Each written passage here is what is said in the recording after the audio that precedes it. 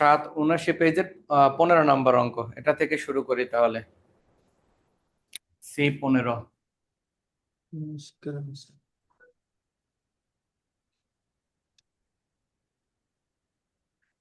দেখো তাহলে কি বলছে, presented below are the data taken the record of the Bipasha company. Bipasha কোম্পানির তথ্য দেওয়া আছে 31/12/2021, 31/12/2020, 2 সালের তথ্য। ক্যাশ, কারেন্ট অ্যাসেট, আদার দেন ক্যাশ, ক্যাশ ব্যতীত অন্যান্য সকল current asset, account receivable, inventory, prepaid expense. আমরা যে 6টা কারেন্ট অ্যাসেট লিখছি ওই 6টার একত্রিত যোগফল ওরা দিয়ে দিছে। এখানে আর ওই account receivable, inventory, prepaid expense, accrued expense, note receivable, marketable securities, এই 6টা এন্ট্রি খুঁজলে আর পাইবা না, কারণ এগুলো সমস্ত যোগফল একবারে দিছে। লং টার্ম ইনভেস্টমেন্টের পরিমাণ দেওয়া আছে, প্লান্ট অ্যাসেট, আর অ্যাকুমুলেটেড ডেপ্রিসিয়েশন লাইবিলিটিস পাশে, আর আসলে কারেন্ট লাইবিলিটিস, কারেন্ট লাইবিলিটিস যে 6টা হয় ওই 6টাও একত্রে যোগ করে দেয়া। বন্ডস পেবেল, ক্যাপিটাল স্টক, আর হলো রিটেন আর্নিং, এই হলো তথ্যগুলো দেওয়া আছে। অ্যাডিশনাল ডাটা হিসেবে 5টা দেওয়া আছে। অ্যাডিশনাল ডাটার ইনস্ট্রাকশন বলা হয়েছে prepare a statement of cash flow for the year 2021 using the indirect method. বলা হয়েছে হ্যাঁ, ইনডিরেক্ট মেথডে করতে বলছে। আমরা পেজ নাম্বারটা কত বললাম, আমাদের বইয়ের পেজ নাম্বার হলো 779 পেজ, 779 পেজের অঙ্ক।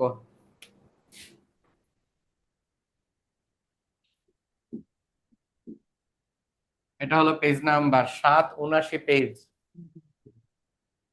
তাহলে আমাদের ইনফরমেশন এগুলো দেওয়া আছে, আর ইনস্ট্রাকশন অনুযায়ী বলেই দিছে ইনডাইরেক্ট মেথডে অঙ্কটা করতে। অ্যাডিশনাল ডাটা হিসাবে 5টা রিকোয়ারমেন্ট আছে, 5টা ডাটা। তো 5টা ডাটার কি কি আছে সেটা আমরা একটু পড়ি। দেখো 5টা ডাটায় যা বলছে, 1 number, held to maturity securities carried at a cost টাকা 43,000 টাকা। বলা হয়েছে held to maturity of securities at a cost, একটা সিকিউরিটিজ আছে, একটা সিকিউরিটিজ,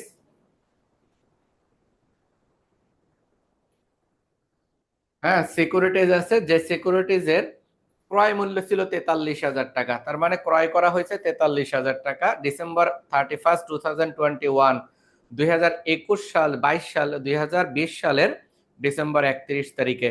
অ্যান্ড সোল 2021, 2021 সালে সেটা ক্রয় করছে হলো 34,000 টাকা দ্বারা। তাহলে 43,000 টাকার একটা সিকিউরিটিজ মানে বিনিয়োগ বিক্রি করে দেওয়া আছে 34,000 টাকা। The loss not extraordinary was incorrectly charge the direct to the return earning. ভুলবশত এই লসটাকে সরাসরি রিটার্ন আর্নিং এ চার্জ করা হয়েছে। তারপর বলছে প্লান্ট অ্যাসেট দ্যাট কস্ট টাকা 50,000, প্লান্ট অ্যাসেট যেটার ক্রয় মূল্য 50,000 অ্যান্ড ওয়াজ 80% ডেপ্রিসিয়েট, তার অবচয় হলো 80% বলা হয়েছে। ওয়াজ সোল্ড ডিউরিং 2022, যেটা বিক্রি করে দেওয়া হয়েছে 8,000 টাকায়। তাহলে একটা যন্ত্রপাতি, যে যন্ত্রপাতি ক্রয় করা হয়েছে, মেশিনারিজ ক্রয় করা হয়েছে 50,000, কিন্তু এটা ব্যবহার করা হয়েছে 80%, মানে 80% এটার অবচয় হয়ে গেছে। তাহলে 50,000-এর যদি 80% অবচয় ধরি, তাহলে আমরা দেখতেছি অবচয়ের পরিমাণ হয় 40,000। বর্তমানে তাহলে দাম থাকে কত, 10,000। এই 10,000 টাকার সম্পদে বিক্রি করে দেওয়া হয়েছে 8,000 টাকায়। The loss no extraordinary was incorrectly charge directly to the return earning. এই লসটাকেও ডিরেক্টলি রিটার্ন আর্নিং এ কনভার্ট করে দেওয়া হয়েছে, এটাকেও রিটার্ন আর্নিং এ কনভার্ট করা হয়েছে। তারপরে আমরা একটু যাই, হ্যাঁ।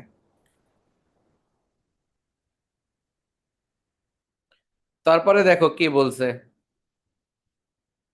তার পরবর্তীতে এন্ট্রি বলা হয়েছে net income as report on the income statement. আয় বিবরণী অনুযায়ী নেট ইনকামের পরিমাণ দেওয়া আছে 57,000 টাকা।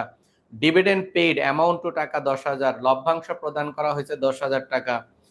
Depreciation charge for the year, চলতি বছরে অবচয়ের পরিমাণ 20,000 টাকা। এই হলো তথ্যগুলো দেওয়া আছে।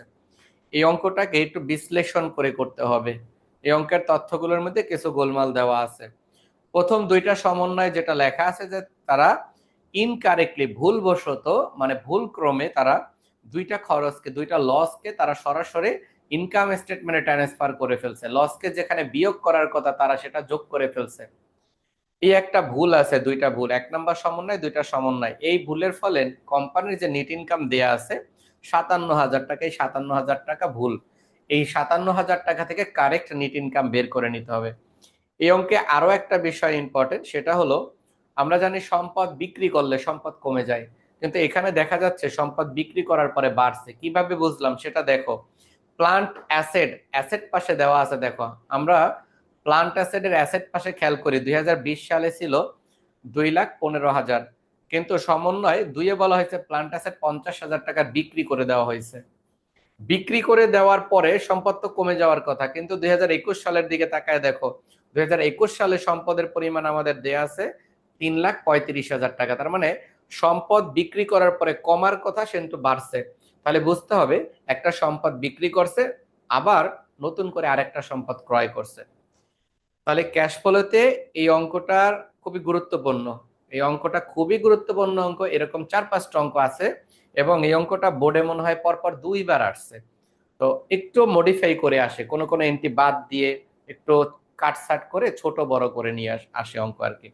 আচ্ছা, তাহলে ইনডাইরেক্ট মেথডে অঙ্কটা করব। এই অঙ্কে আবার একটু বলি, তোমরা একটু খেয়াল করো। নিট ইনকাম যে 57,000 টাকা দেওয়া আছে, এই 57,000 টাকা দ্বারা অঙ্ক করা যাবে না। এর কারণ হলো 1 নাম্বার 2 নাম্বার এন্ট্রিতে দুইটা লস আছে, এই লসটাকে ভুলবশত তারা অ্যাড করে ফেলছে। আমরা জানি খরচ, লস মানে তো লোকসান, মানে খরচ, খরচ হলে তো লাভ কমে যায়, কিন্তু তারা ভুলবশত এটাকে ট্রান্সফার করে ফেলছে রিটার্ন আর্নিং এ। দ্যাটস মিন তা আমাদের কোম্পানির লাভ বাড়ছে। মনে রাখবা, রিটার্ন আর্নিং হলো এই বছরের মুনাফাটাকে যখন সংরক্ষণ করা হয় সেটা, সেখানে ট্রান্সফার করা, আর এই বছরে ইনকাম স্টেটমেন্টে ট্রান্সফার করা, দুইটা এক না। এখানে একটা ভুল। আরেকটা জিনিস আমরা অবশ্যই মনে রাখবো যে সম্পদ বিক্রির ফলে সম্পদ কমে যায়, কিন্তু এই অঙ্ক দেখতেছি সম্পদ বিক্রি করার পরেও সম্পদ বৃদ্ধি পাইছে। এই কারণে অবশ্যই আমরা বুঝবো যে এই বছরের সম্পদ যতটুকু বিক্রি করছে তারপরে নতুন আরেকটা অ্যামাউন্ট, একটা নির্দিষ্ট পরিমাণ অ্যামাউন্ট তারা আবার যোগ করছে, মানে এবছর আরো ক্রয় করছে। এই ইনফরমেশন গুলা শুরুতেই বের করে নিতে হবে। অঙ্কটা 2020-21, তাহলে অবশ্যই বড় সালের অঙ্ক, 21 সালের অঙ্ক। এই অঙ্কটা করব আমরা ডিরেক্ট মেথডে না, ইনডিরেক্ট মেথডে। চলো তাহলে আমরা যেটা করতেছি, প্রবলেম সি 15 নাম্বার অঙ্কটা করতেছি, প্রবলেম সি 15। এবং এটা এবছরের জন্য খুবই গুরুত্বপূর্ণ একটি অঙ্ক। এটার মতো বইতে দুইটা আরো আছে, ওই সেম অঙ্ক দুইটা বাসায় দেব, তোমরা করে ফেলবা। এটা হলো প্রবলেমের অঙ্ক, আর বোর্ড কোশ্চেনে দেখবা দুইটা আছে এটার মতো সেম। বোর্ডের অঙ্কটা আরেকটু সহজ করা, মানে এখানে যতটুকু দেয়া আছে তা থেকে একটু সহজ করা। তো সেই অঙ্কটা নিজেরা নিজেরা করে ফেলবা অ্যামাউন্ট গুলো থেকে পরিবর্তন। তা আমরা এই অঙ্কে কিছু ইনফরমেশন বের করে নিব ওয়ার্কিং করে। এই যে ওয়ার্কিং গুলো এখন করব, এই ওয়ার্কিং গুলো পরীক্ষায় না দিলেও চলবে, কিন্তু অঙ্কের ডিটেল বোঝানোর জন্য আমি এই অঙ্ক ওয়ার্কিং করব। প্রথমে হলো loss on sales of investment, loss on sale of investment. যদি আমরা একটা সূত্র লিখি, cost price minus sale price.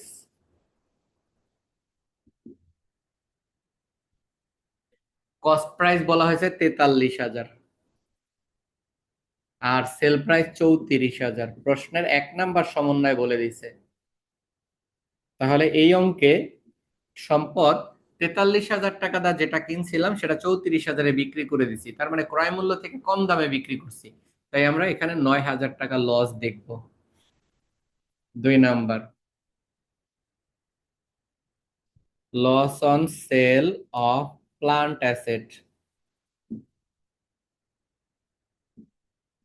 Loss on sale of plant asset আরেকটা। এই প্লান্ট অ্যাসেটটা সমন্বয় 2 থেকে নিব। প্রথমে লিখব ডেপ্রিসিয়েশন, ডেপ্রিসিয়েশন না লিখে অ্যাকুমুলেটেড কথাটা লিখে দেই একবারে।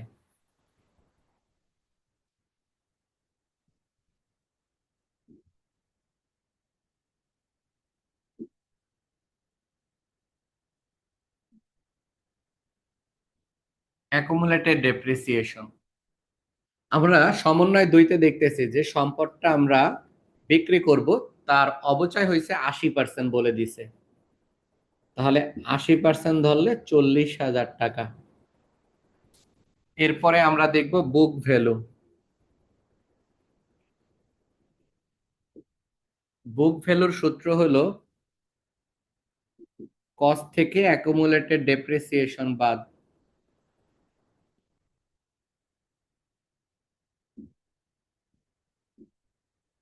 কস্ট প্রাইস হলো 50,000, অ্যাকুমুলেটেড ডেপ্রিসিয়েশন বের হলো 40,000, তাহলে বর্তমান দাম আছে 10,000। এরপরে আমরা লিখব সুতরাং লস। লস হলো book value minus sales value.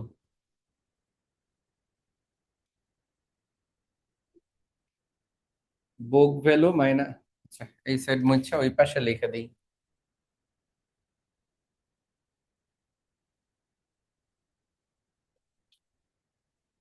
আমরা এই পাশে লিখলাম সুতরাং লস।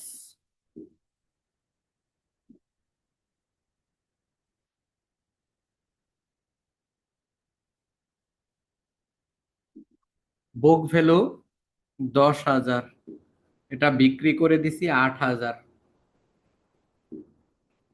তাহলে লস 2,000। এগুলো বোঝানোর জন্য আমি এত ভাইঙ্গা ভাইঙ্গা করাইতেছি, কিন্তু অঙ্ক যখন শুরু করব স্টেটমেন্ট ক্যাশ ফ্লো তৈরি করার সময় এগুলো ডিরেক্টলি বুঝাই দিব আমি। 3 নাম্বার, নেট ইনকাম। প্রশ্নে সমন্বয় 3-এ নেট ইনকাম 57,000 টাকা দেওয়া আছে। এই 57,000 থেকে এই দুইটা লস আমাদেরকে এখন বাদ দিতে হবে, কারণ ওরা ভুলবশত এটা ট্রান্সফার করছে রিটেন আর্নিং এ, চলতি বছরের নিট লাভে ট্রান্সফার করেনি। তাই এই দুইটা আমাদেরকে আবার বাদ দিতে হবে। তাহলে 57 বিয়োগ করলে 46,000 টাকা থাকে। এই অঙ্কটা এই 46,000 টাকা দ্বারা করতে হবে।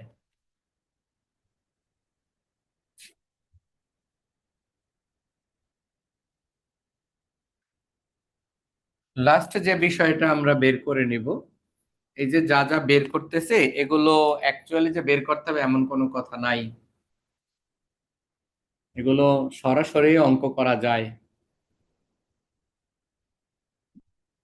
Calculation new purchase. একটু বুঝাই দিবেন না? হ্যাঁ,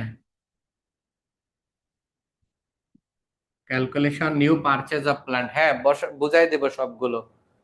প্রত্যেকটা সমন্বয় ধরে ধরে আমি যেগুলা করতেছি এগুলা তোমরা উঠাও, আমি তারপরে বুঝাই দিব। Calculation new purchase of plant. Plant আমাদের অঙ্কে ছিল 3,35,000, গত বছর ছিল 2,15,000। এটা বিয়োগ করতে হবে, ক্যালকুলেটর নাও।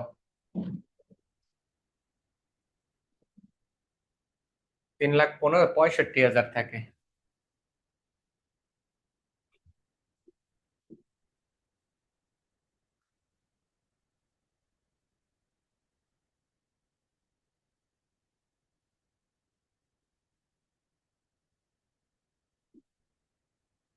1,70,000 টাকা। এটুকু এখন তোমরা তোলো। এই যে যে কয়টা বললাম আমি মাঝখানে একটা মুছে ফেলছি, 1 নাম্বারটা আমি আবার একটু লিখে দিই। 1 নাম্বারটা যদি কেউ না উঠায় থাকো আবার একটু উঠায় নিও। এটাকে আমরা লিখছিলাম loss on sale of investment. Loss on sale of investment.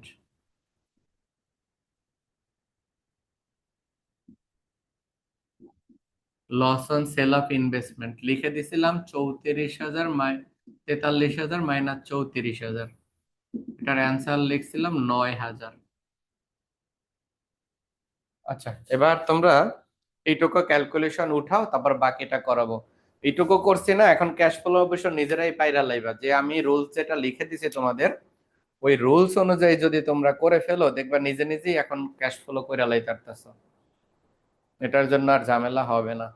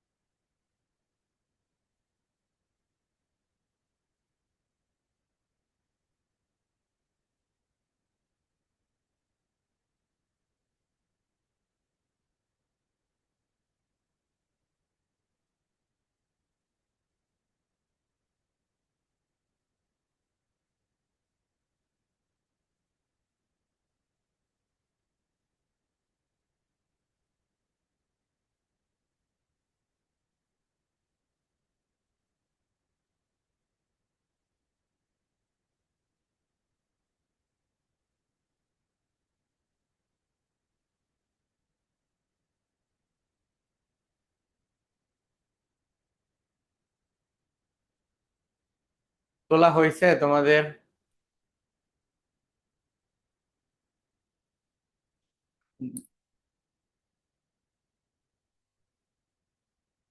তোমাদের সবার তোলা হইলে আমার আওয়াজ দিও।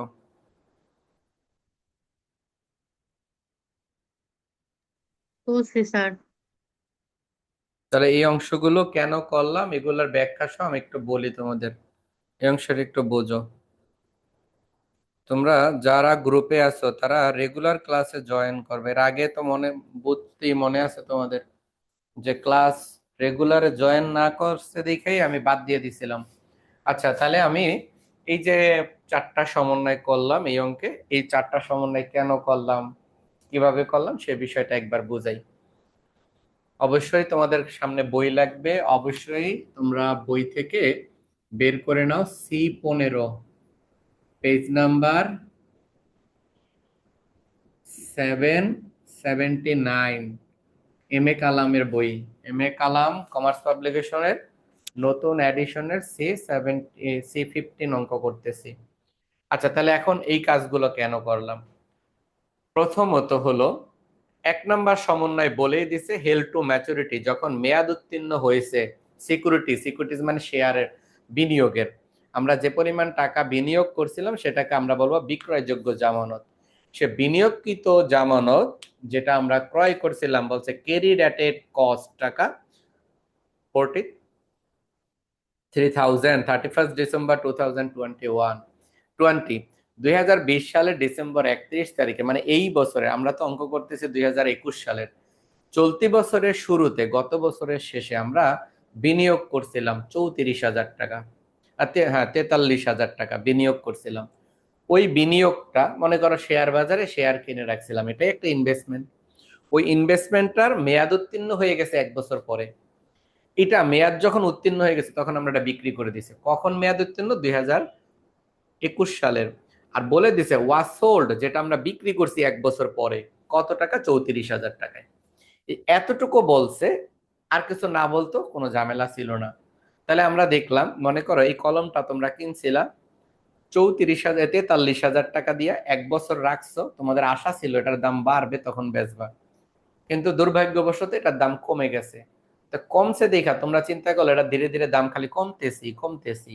তো তোমরা একটা নির্দিষ্ট সময় পরে আর, মানে এই লসটা আর মোকাবেলা করতে না পাইরা তুমি চিন্তা করছো যা লস খাইছি খাইছি বেচা দিই, যতটুকু দাম আছে এই দামে বেচা দিই। তাহলে কি করছো, এই 34,000 টাকা, 43,000 টাকার এই কলমটা তোমরা বিক্রি করে দিছো 34,000। তাহলে এই বিক্রয়ের ফলে লস হয়েছে, লস হয়েছে 9,000 টাকা। তাহলে কিনছিলাম 43,000, বিক্রি করছি 34,000, 9,000 টাকা লস। এই লসটা আমাদের লাগবে, কিন্তু এটার জন্য তো আসলে ওয়ার্কিং লাগে না, মুখে মুখে করলেই চলে, বুঝতেই তো পারতাছি। ক্রয় মূল্য থেকে বিক্রয় মূল্য ছোট হলে লস হয়, এটা তো আমরা জানি। এটা একটা বলা হয়েছে। এইটুকু যদি বলা থাকতো শুধু এই যে 34,000-এর পরে প্রশ্নবোধক আছে এই পর্যন্ত, তাহলে আমাদের আর কোনো টেনশন ছিল না। কিন্তু পরে আরেকটা লাইন বলছে, ওই লাইনটাই এখানে ইম্প্যাক্ট করছে। দ্বিতীয় নাম্বারটা, ওই লাইনটা আমি পরে বুঝাই, 2 নাম্বারটা দেখো কি বলছে।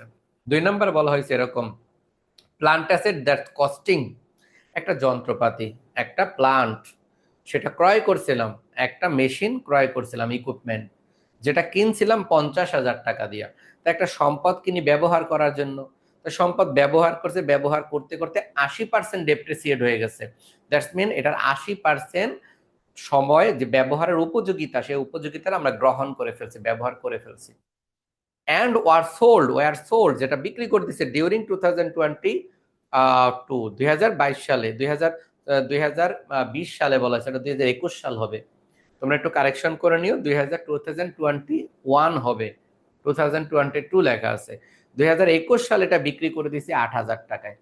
তাহলে দেখো, যে সম্পদ 50,000 টাকা দিয়ে কিনছিলাম, ওই সম্পদটা ব্যবহার করে ফেলছি, ব্যবহার করার পরে যাই দাম ছিল সে অবস্থায় এটা বিক্রি করে দিছি। এই কলমটার কথাই বলি, কলমটা 50,000 দ্বারা কিনছি, আমরা বেশ অনেক দিন পর্যন্ত কলমটা লিখছি, লেখার পরে তো একটা দাম আছে, এটা লেখার পরে এটার 80% কালি কমে গেছে, তার মানে আর 20% কালি আছে। ওই 20% কালি থাকা অবস্থায় যতটুকু দাম থাকে সেটাই আমরা একটা নির্দিষ্ট দামে বিক্রি করে দিচ্ছি, ওটার মূল্য হলো 8,000 টাকা। তো আমাদেরকে দেখতে হবে কি জানো, যে এই সম্পদটা ব্যবহার বিক্রি করে লাভ হয়েছে না লস হয়েছে, এটা আমাদের ফ্যাক্ট, এটা বের করতে হবে। তো আমরা এটাই আগে বের করলাম। তাহলে লাভ না লস সেটা আমি ক্যালকুলেট করলাম, লিখছি loss on sale of plant asset. এই যে loss on sale of plant asset মানে যন্ত্রপাতি বিক্রয় হতে লোকসান। তা আমরা কিভাবে বের করব এই loss on sale of plant অ্যাসেটটা? হ্যাঁ, এই কিভাবে বের করবো সে বিষয়টা একটু দেখবো। দেখো, তোমরা জানো তো কোনো সম্পদ কিনা ব্যবহার করলে অবচয় হয়, ওই অবচয়কে যখন একত্রে জমা করি তাকে আমরা বলছি পুঞ্জীভূত অবচয়, মানে অ্যাকুমুলেটেড ডেপ্রিসিয়েশন। তাহলে আমরা কি করব, অ্যাকুমুলেটেড ডেপ্রিসিয়েশন বাই করব।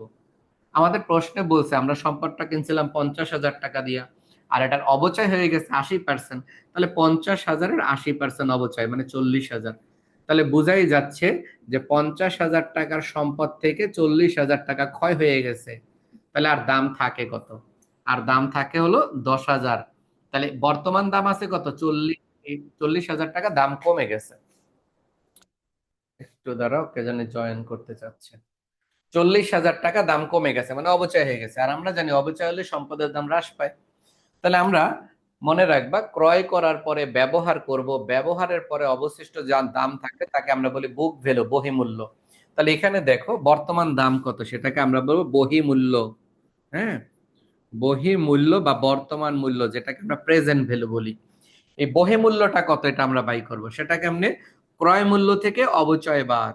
তাহলে ক্রয় মূল্য 50,000, অবচয় হয়েছে 40,000, বর্তমান দাম আছে কত? বর্তমানে বহি বাজারে মূল্য আছে হলো, ফেয়ার ভ্যালু আছে হলো 10,000 টাকা। আর প্রশ্নে বলছে এটা 80% ব্যবহার করার পরে বিক্রি করে দিছে 8,000। তাহলে 80% ব্যবহার করার পরে দাম আছে 10,000, আর তাহলে বলতে পারি এই 10,000 টাকা দাম থাকা অবস্থায় বিক্রি করে দিয়েছে 8,000। তাহলে মনে করো এই কলমটা 50,000 দা কিনছিলা, ব্যবহার করতে করতে আমি এতটুকু ব্যবহার করে ফেলছি, 80% ব্যবহার করে ফেলছি, তাহলে আর 20% আমার কাছে আছে। এই 20%-এর দাম কত আর 80%-এর দাম কত? 80%-এর দাম হলো 40,000, আর এই 20% কালো অংশ যে অংশ, এই 20%-এর দাম হলো 10,000।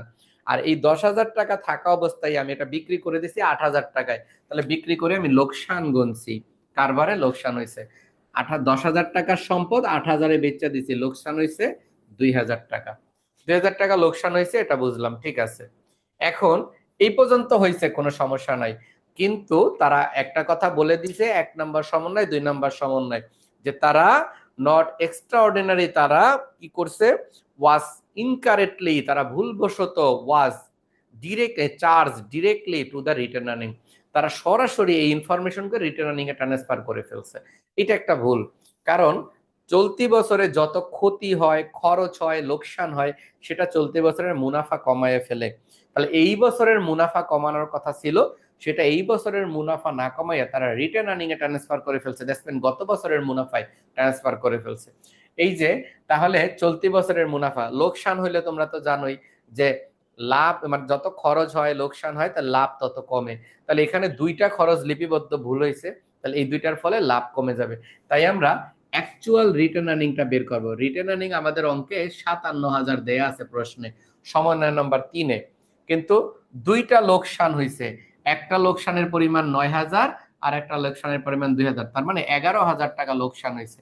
এই 11,000 টাকা চলতি বছরে লাভকে কমায় দিবে, কারণ লোকসান হলে লাভ কমে যায়। তাহলে আমরা এইটা থেকে দুইটা 11,000 টাকা বাদ দিছি, বাদ দেওয়ার পরে আমাদের রইলো 46,000 টাকা। এটাই আসলে আমাদের অরিজিনাল প্রফিট বা অ্যাকচুয়াল প্রফিট এটা। এরপরে এটা কিন্তু ওই যে যে অংশটা বলা হয়েছে এই কারণে এটা লিখলাম যে loss not extraordinary is was incorrectly charge direct to the retain earning.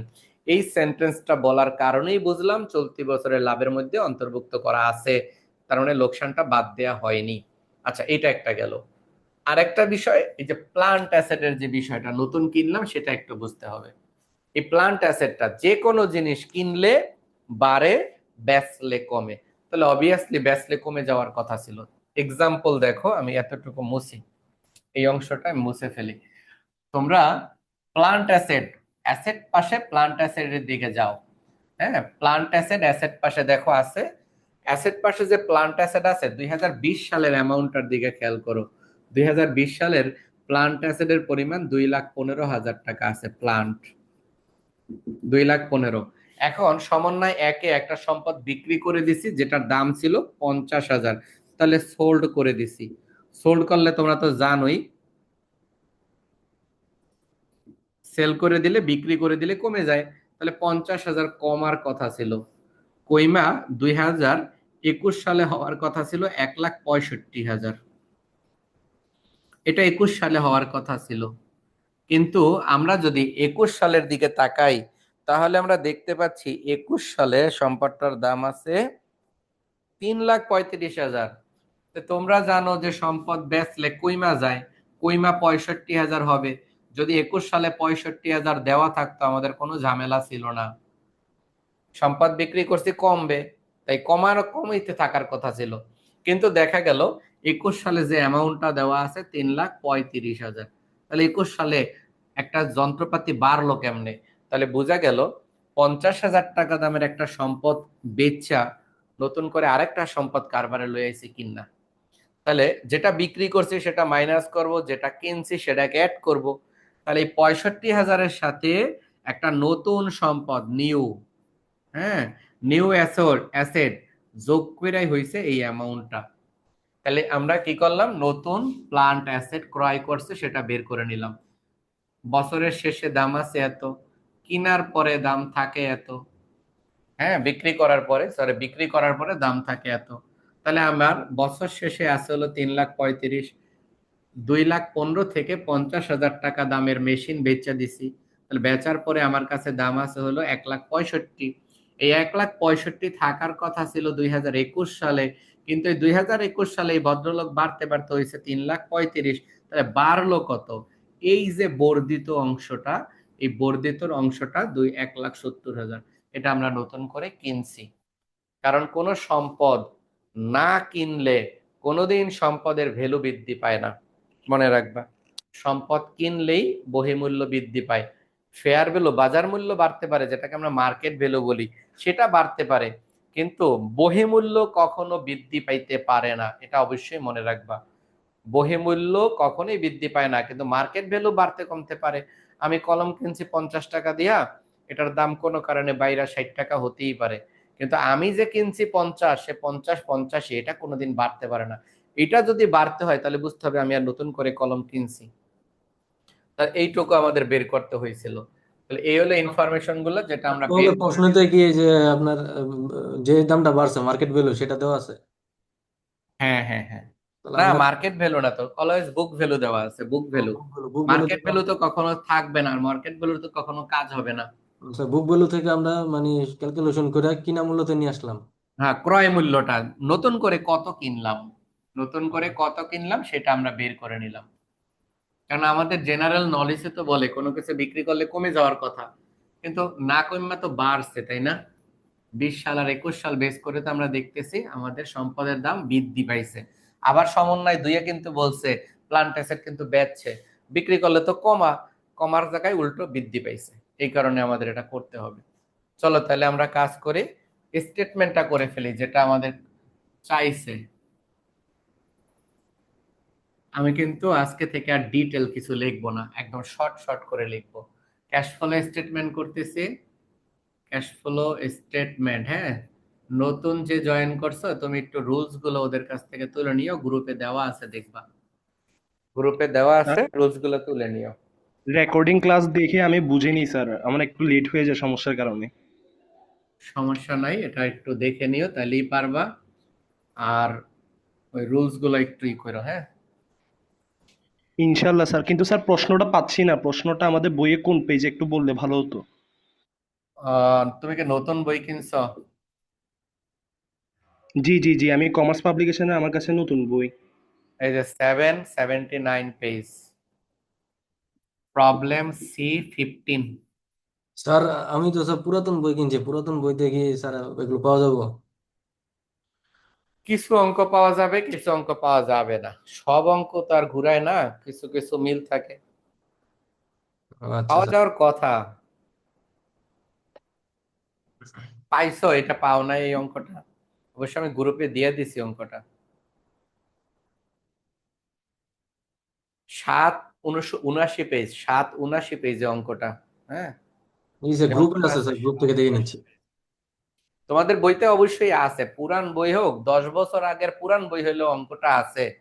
এখন এই নতুন বইতে এটা 15 নাম্বার, অন্য মানে 10 বছর, 5 বছর বা 2 বছর আগের বইতেও অঙ্কটা আছে, এটা খুঁজতে হবে আর কি, স্যার আমারটা উদাহরণের স্যার মধ্যেই আছে। 18 সালের। হ্যাঁ, আমারটা 18 সালের স্যার। হ্যাঁ, 18 সালের বইয়ের মধ্যেও অঙ্ক আছে, এটা অঙ্ক সব বইতেই আছে, পুরান যত হোক আর নতুন হোক। একটু খুঁজে বের করতে হবে স্যার, এটাই নেই। খুঁজে বের করতে হবে যে এই অঙ্কটা কত, যেমন এই অঙ্কটা বিপাশা কোম্পানি, সেম নামেই আছে, পরিবর্তন বলতে তারিখটা পরিবর্তন হইব, এই আর কি, অঙ্কটা খুঁজলেই পাইবা। যাই হোক, এখন যে অঙ্কটা করতেছি এটা কিন্তু একটু ভালো করে কইরো। চলো, আমি কিন্তু ডিটেল এখন আর লিখবো না। প্রথমে 1 নাম্বার তো অপারেটিং অ্যাক্টিভিটিস, এটা তো জানোই না, আমি আরেকবার লিখবো পুরাটা। আচ্ছা, আরেকবার লিখি। Cash flows from operating activity, প্রথম শিরোনামটা হলো এটা, cash flows from operating activities. এই অপারেটিং অ্যাক্টিভিটিস শুরু হয় নেট ইনকাম দ্বারা। নেট ইনকাম W3 লেখা দিবা, কারণ 3 নাম্বার ওয়ার্কিং এর মধ্যে আমরা নেট ইনকামটা বের করে নিছি, 46,000 টাকা। এরপরে অ্যাডজাস্টমেন্ট, অ্যাডজাস্টমেন্টের মধ্যে প্রথমে আসবে ডেপ্রিসিয়েশন। ডেপ্রিসিয়েশন এক্সপেন্স, এই ডেপ্রিসিয়েশন এক্সপেন্সটা সমন্বয় 5-এ দেয়াই আছে অঙ্কে, ডিরেক্টলি সমন্বয় 5-এ দেয়া আছে 20,000 টাকা। ডেপ্রিসিয়েশন এক্সপেন্স সমন্বয় 5-এ দেয়া আছে। ডেপ্রিসিয়েশনের পরে আসলো কারেন্ট অ্যাসেট। কারেন্ট অ্যাসেটের ঘটনা আমরা জানি, যা ঘটে তা বিদ্যা উল্টা হয়। কারেন্ট অ্যাসেট আমাদের অঙ্কে 2020 সালে ছিল, খেয়াল করো, দুইটা সাল, একটা হলো 2020, একটা হলো 2021। এর মধ্যে কারেন্ট অ্যাসেট 20 সালে ছিল। তোমরা আহ, অবশ্যই বইগুলোকে ই করো, ম্যানেজ করো, কারণ বই থেকে ডিরেক্ট বুঝতে হবে, বই না বুঝলে, অঙ্ক না বুঝে মুখস্থ করে যাবে না। তাহলে কারেন্ট অ্যাসেট আমাদের 20 সালে ছিল 60,000, 21 সালে হয়েছে 85,000, বৃদ্ধি পাইছে। নিয়ম হলো যা ঘটে তার বিপরীত হয়, তাহলে আমরা বৃদ্ধি পাইছে কমাবো। ইনক্রিজ ইন কারেন্ট অ্যাসেট সংক্ষেপে লিখে দিলাম, 15,000 টাকা বৃদ্ধি পাইছে, বৃদ্ধি পাইছে মানে মাইনাস করব। এরপরে আমাদের যাইতে হবে কারেন্ট লাইবিলিটিস। কারেন্ট লাইবিলিটিস যেটা আছে আমি একটু লিখে করাচ্ছি। কারেন্ট লাইবিলিটিস অঙ্কে আমাদের ছিল 22,000 আর 40,000। কারেন্ট লাইবিলিটিস 22,000 আর পরের বছর আছে 40,000। হ্যাঁ, তাই 22,000 ছিল 20 সালে, 40,000 হয়েছে 21 সালে, বৃদ্ধি পাইছে। কারেন্ট অ্যাসেটের নিয়ম হলো যা ঘটবে তাই,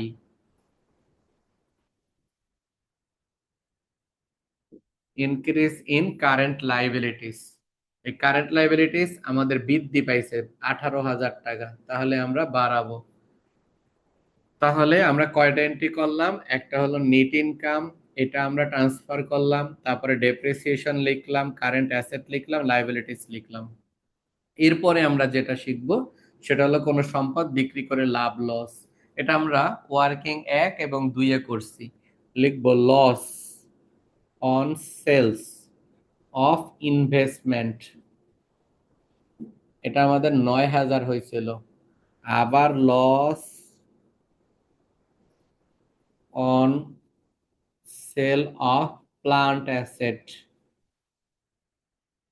এটা বের করছিল 2000।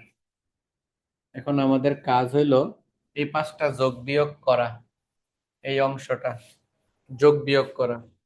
ক্যালকুলেটর নিয়ে আমরা যোগ বিয়োগ করে দিব। হ্যাঁ, যোগ বিয়োগ করলেই আমাদের পরের অংশ চলে আসবে। তোমরা অবশ্যই রুলস গুলোকে খুব সুন্দর করে তুলে নিবা, একবার পড়বা, বইটা সাথে সাথে লাগবে আমাদের। ইনশাল্লাহ দেখবা অঙ্ক, প্রত্যেকটা অঙ্ক সলিউশন করতে পারবা যদি তোমরা রুলস অনুযায়ী ফলো করো। নিয়ম ফলো করে যদি অঙ্ক করো তাহলে পারবা। তাহলে 20,000 মাইনাস 15,000 থাকে 5,000 যোগ 18,000 প্লাস 9,000 প্লাস 2,000, এটার অ্যান্সার কত হয় কত?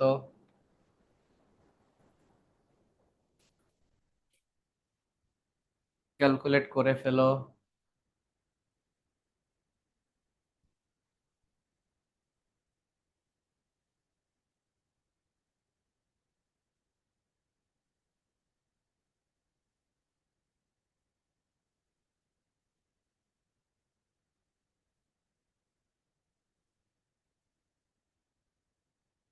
তোমার কাছে নাই? আচ্ছা আমি করি। ও, স্যার ঠিক আছে, 34,000 স্যার। এটা হয় নাই তো, এটা 20,000 না? আচ্ছা 20,000 না, 25,000 তো। 20,000 মাইনাস 25,000, 20,000 না, এই যে 60 আর 85, স্যার 25,000 বসবে। 25 না, হ্যাঁ 25,000 প্লাস 18,000 প্লাস 9,000 প্লাস 2,000, 24,000 হবে, রাইট? 24,000। এখন এটা যোগ করব, যোগ 46,000, যোগ করলে এখানে আসে 70,000। আমার সাথে তোমরা যোগটা খেয়াল করবা। হ্যাঁ, তো এটা প্লাস ফিগারে আসছে, তাহলে আমরা লিখব net cash provided by operating activities.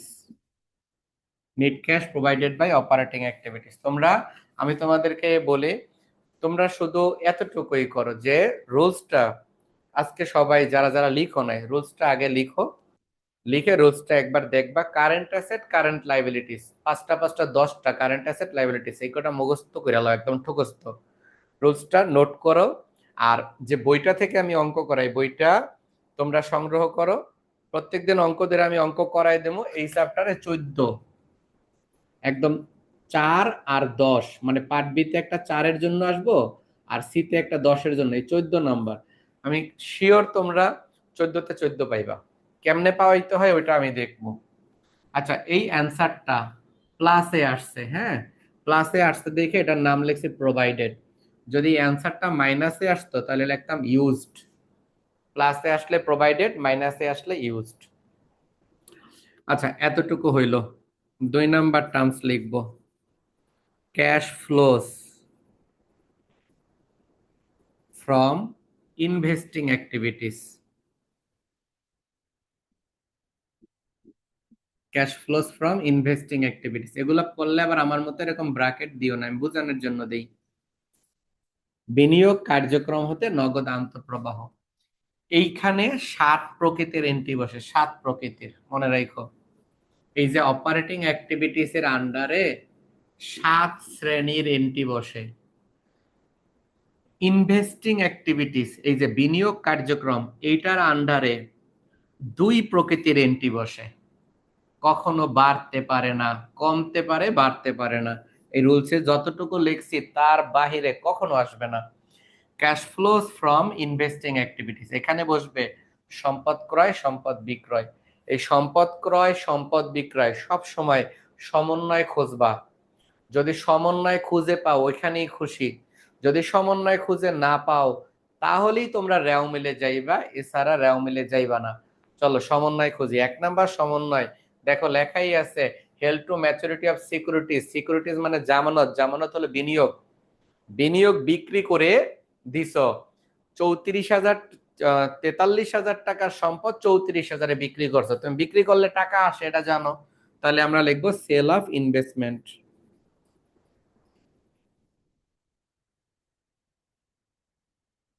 Sales of investment, কত টাকা বেচলাম?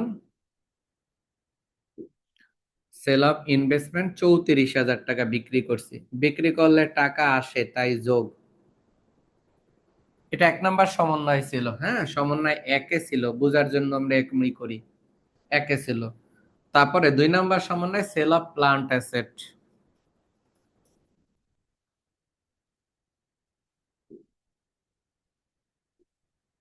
সেল অফ প্লান্ট অ্যাসেট 8,000, বিক্রি করলে টাকা আসে তাই যোগ।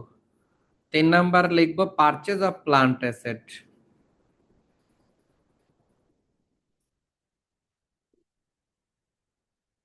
এটা ওয়ার্কিং 3-এ না জানি কততে বের করছিলাম, ওয়ার্কিং 3-এ না জানি 4-এ, দেখো তো 4 নাম্বার ওয়ার্কিং এ বের করে রাখছিলাম মনে হয় 1,70,000 সম্ভবত।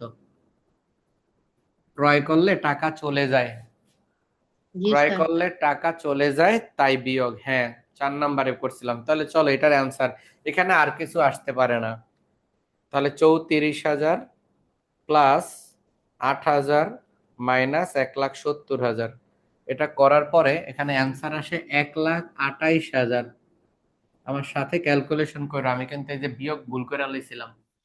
আচ্ছা, 1,28,000 আসে, দেখো 1,28,000 মাইনাসে হয়েছে। হ্যাঁ, মাইনাসে যেহেতু হয়েছে তাতে জানোই তোমরা এটা বরাবর কি লিখতে হয়। তো আমাদের লিখবো নিট ক্যাশ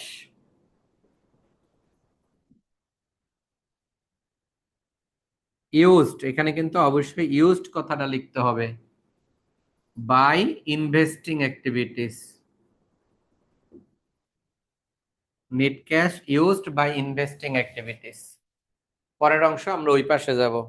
আমি প্রথম 2-1 দিন একটু স্লো করাবো, যেমন আজকে করাচ্ছি, কালকে কালকে পরশু দিন দেখবে ক্লাস করাবো ইনশাল্লাহ। 2-1 দিন করানোর পরেই ক্যাশ ফ্লো তোমরা কনসেপ্টটা ধরে ফেলতে পারবা। আর কনসেপ্ট ধরে ফেললে বইতে যত অঙ্ক আছে না দেখে দেখে নিজে নিজে করে লাইতে পারবা, আমারে প্রয়োজন হবে না, মানে সারাই করে লাইতে পারবো অঙ্ক। আচ্ছা, এইখানে আর দাগ হবে না, মনে রাখবা প্রথমবার 2 কলামে দাগ, সেকেন্ড বার দাগ দিবে না, কারণ 3টা মিললে একবারে করব। এতটুকু হইলো, বাকিটুকু আমরা এই পাশে করবো। 3 number part, cash flows from financing activities. Cash flows from financing activities, এই ফাইন্যান্সিং অ্যাক্টিভিটিস এর মধ্যে 3 ধরনের লেনদেন বসে। একটা হলো ডিভিডেন্ড, একটা হলো শেয়ার, আর একটা হলো বন্ড। এই 3টা বসে, এবং এই 3টা এন্ট্রি সমন্বয় খুঁজতে হয়। সমন্বয় যদি খুঁজে না পাও তখন তোমাদের রেওমিল দেখতে হবে, এছাড়া কখনোই বিকল্প কোনো পথ নাই। সমন্বয় খুঁজবা, সমন্বয় না পাইলে রেওমিল। এন্ট্রি হলো 3টা, একটা হলো শেয়ার, একটা হলো ডিভিডেন্ড, আর একটা হলো বন্ড, বন্ড মানে ঋণ। এখন এগুলোর বিকল্প যে নাম আছে, যেমন শেয়ারের বিকল্প নাম হলো 4টা, common stock, equity share, share capital, তারপরে হলো ট্রেজারি স্টক। তারপরে আর হলো বন্ডের বিকল্প নাম যা আছে, বন্ড পেয়েবেল, মর্গেজ পেয়েবেল মানে বন্ধকি ঋণ, ডিবেঞ্চার, লং টার্ম লোন, এরকম যে নামে থাকে আর কি, ব্যাংক লোন, এগুলো আর কি। আর ডিভিডেন্ডের বিকল্প নাম নাই, ডিভিডেন্ড মানে ডিভিডেন্ডই। এই অঙ্কের সমন্বয় 4-এ দেওয়া আছে cash dividend paid amount two টাকা 10,000, তাহলে আমরা লিখবো ডিভিডেন্ড পেইড, ডিভিডেন্ড পেইড 10,000 টাকা। লভ্যাংশ প্রদান করলে টাকা চলে যায় তাই মাইনাসে হবে, লভ্যাংশ প্রদান করলে টাকা চলে যায় তাই মাইনাসে হবে। এরপরে আমরা দেখব কমন স্টক। কমন স্টক, এই অঙ্কের 5টা যে সমন্বয় আছে, এই 5টা সমন্বয়ের ভিতরে কমন স্টক খুঁজতে হবে, মানে শেয়ার খুঁজতে হবে। 5টার মধ্যে কোনো সমন্বয় শেয়ার নাই, আর সমন্বয় না থাকলে রেও মিলে যাইতে হবে। তোমাদের কাছে বই যেহেতু আছে তোমরা দেখো, ক্যাপিটাল স্টক নামে লাইবিলিটিস পাশে এন্ট্রি দেওয়া আছে 2020 সালে আছে 2,34,000। আমি একটু এখানে লিখে দেখাই যদি কারো কাছে না থাকে। 2020 আর 21 সাল, 2020 সালে আছে হলো 2,54,000। হ্যাঁ, 2000 ও 22 সালেও 2,54,000। দেখো কমন স্টক কোনো কিছুই ঘটে নাই। 20 সালে যা ছিল 22 সালেও তা ছিল, বাড়েও নাই কমেও নাই। যদি বিয়ে বাড়তো তাহলে বুঝতাম যে নতুন করে বিক্রি করছে, যদি কমতো তাহলে যোগ করছে। তোমরা আরেকটা বিষয় একটু খেয়াল রাখো, পৃথিবীতে যা বেচো সব কিন্তু কমে, এটা তো জানো। দুইটা জিনিস বেচলে বাড়ে, একটা হলো কমন স্টক, একটা হলো ডিবেঞ্চার। ঋণপত্র যত ইস্যু করবা মানে বিক্রি করবা ততই বৃদ্ধি পাবে, কমন স্টক যতই বিক্রি করবা ততই বৃদ্ধি পাবে। আমি তো অবশ্যই, তোমরা তো জানো যে তোমরা যৌথ মূলধনী কোম্পানির অঙ্ক করতেছি, এই যে অঙ্কটা। কারণ এক মালিকানা কারবারে তো আর ক্যাশ ফ্লো স্টেটমেন্ট হয় না, এটা হয়ে হলো যৌথ মূলধনী কোম্পানির। তোমাদের কোম্পানি নেই কোনো, যেহেতু তোমরা স্টুডেন্ট, তার মানে তো তোমাদের কোনো কোম্পানির মালিক না তোমরা। তাহলে তোমাদের বাজারে কোনো শেয়ার কিন্তু নাই, কোনো শেয়ার কিন্তু তোমাদের বাজারে নাই। হুম। এখন তোমাদের বাজারে কোনোই শেয়ার নাই, তাহলে এখন কথা হলো শেয়ার কখন হইব? শেয়ার তখনই হইব, আরে কি সমস্যা,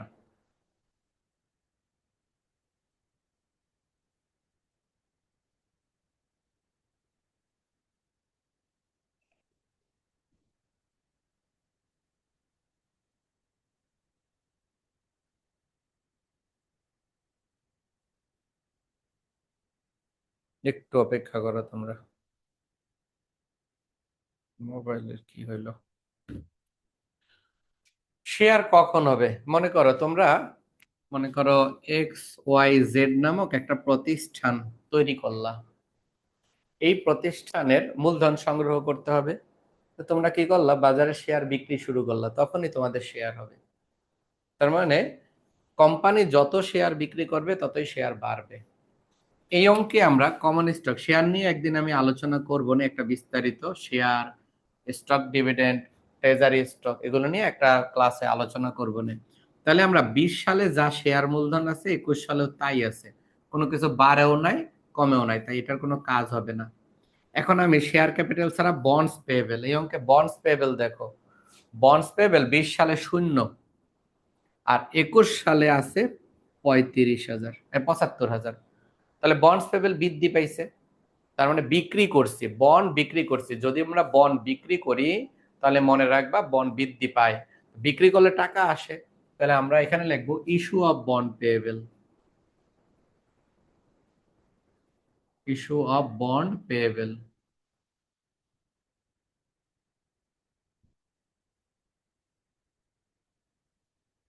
ইস্যু অফ বন্ড পেয়েবল 75,000, বিক্রি করলে টাকা আসছে। এখানে তো তিন শ্রেণীর এন্ট্রি বসে, একটা হলো ডিবেঞ্চার, একটা কমন স্টক, একটা বন্ড। ডিবেঞ্চার ডিভিডেন্ড সেটা আমরা লিখলাম, কমন স্টক বাড়েও নাই কমেও নাই তাই এটা বাদ, আর বন্ড বাড়ছে তাই আমরা যোগ করছি। তাহলে এটাকে যদি যোগ বিয়োগ করি এটার অ্যান্সার হয় 65,000, প্লাসে হয়েছে। এটার অ্যান্সার 65,000 প্লাসে হয়েছে। প্লাসে হইলে এটা বরাবর শিরোনাম লিখবো, net cash provided by financing activities. এখন আমাদের কাজ হলো এই সেকেন্ড ঘরটা যোগ বিয়োগ করে দেওয়া। সেকেন্ড ঘরটা, সেকেন্ড ঘরটার মধ্যে দেখো এই একটা অ্যামাউন্ট আছে, এই একটা অ্যামাউন্ট আছে, আর এই একটা অ্যামাউন্ট আছে। তাহলে এই অ্যামাউন্টটা প্লাসে, এটা মাইনাসে, এটা প্লাসে। তাহলে আমরা ক্যালকুলেটর নিয়ে 70,000 মাইনাস 1,28,000 প্লাস 65,000, ক্যালকুলেটরে এটা একটু করি চলো। আমরা 70,000 মাইনাস 1,28,000 প্লাস 65,000 কত হয়? 7,000 7,000। প্লাসে না মাইনাসে? প্লাস। আবার প্লাসে আসছে। যদি এটা প্লাসে আসে এটার নাম লিখবা নেট ইনক্রিজ ইন ক্যাশ।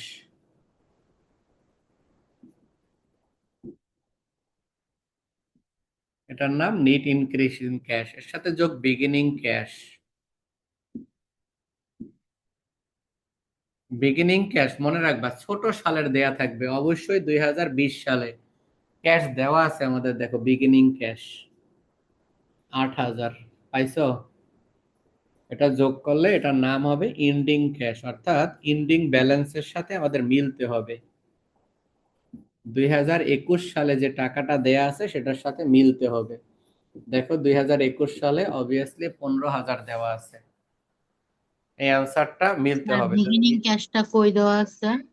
2020 সালে ক্যাশ বরাবর 2020 সালে দেখো একটা এন্ট্রি দেওয়া আছে ক্যাশ, একটা হলো 2021 পাইছি স্যার। আর একটা হলো 2020।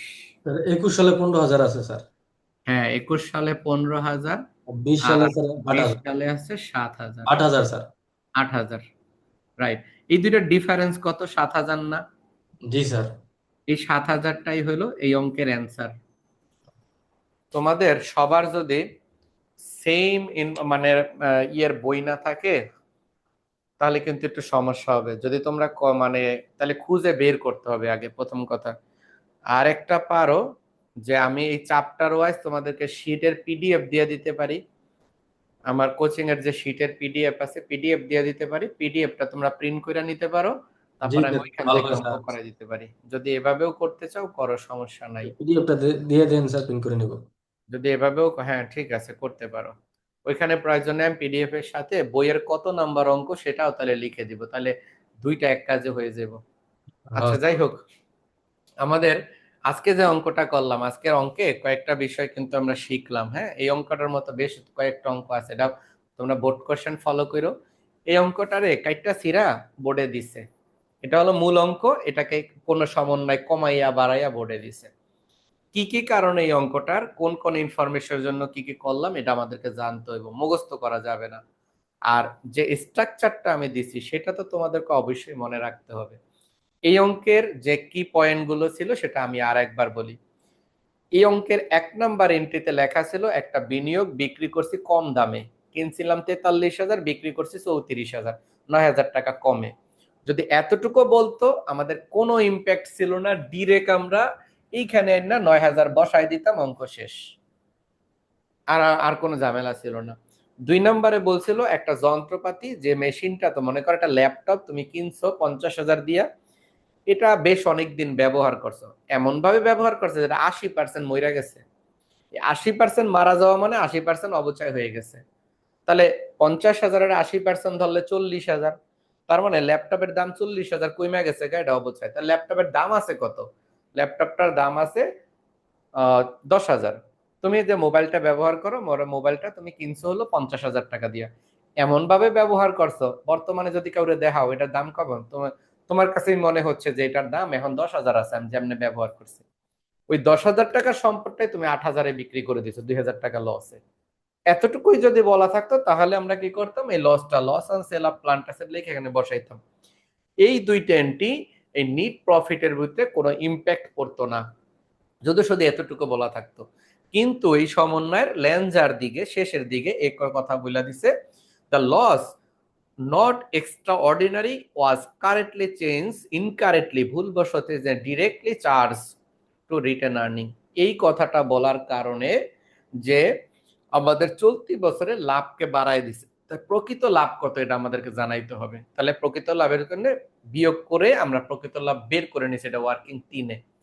এখন এই যে ডিরেক্টলি ইনকাম স্টেটমেন্টে ট্রান্সফার করলে লাভ যে কমে যায়, এটা বোঝার জন্য একটা স্টেটমেন্টের বিশ্লেষণ জানা দরকার। এটা এই অঙ্কের রিলেটেড না দেখে আমি অত দিকে যাচ্ছি না, ওইদিকে আর যাইতেছি না, কারণ এটা বিশ্লেষণ করার জন্য তো আরেকটা রিটার্নিং স্টেটমেন্ট দেখাইতে হইব, তো সেটার দিকে আর যাচ্ছি না। তোমরা শুধু ওইটুকু মনে রাখো, ইনকারেক্টলি কোনো লোকসান যদি রিটার্ন আর্নিং এ ট্রান্সফার করে তাহলে চলতি বছরের মুনাফা বৃদ্ধি পায়। তাহলে চলতি বছরের মুনাফা বৃদ্ধি পেলে সেটাকে হ্রাস করে প্রকৃত মুনাফা, অরিজিনাল মুনাফা বের করতে হবে। এই কারণে এই অঙ্কে করতে হয়েছে। তারপরে আরেকটা বিষয় আমরা এই অঙ্কে শিখবো, সেটা হলো কোন সম্পদ বিক্রি করে দিলে সম্পদটার মূল্য কমে যাওয়ার কথা, কিন্তু আমরা কমাইতে গেছিলাম, যাওয়ার পরে দেখলাম বাড়ছে।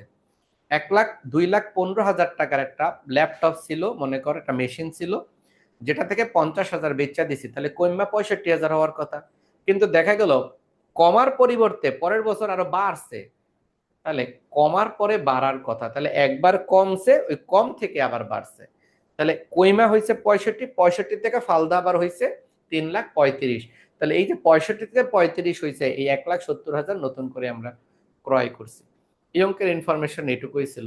আর বাকিটুকু এই শখটা তো বুঝতেই পারছো, অপারেটিং অ্যাক্টিভিটিস, ইনভেস্টিং আর ফাইন্যান্সিং অ্যাক্টিভিটিস, এই তিনটা টার্মস তো আমরা জাস্ট কি থেকেই করব, ওই যে রুলস যেগুলো লিখে দিছি সেখান থেকে করব।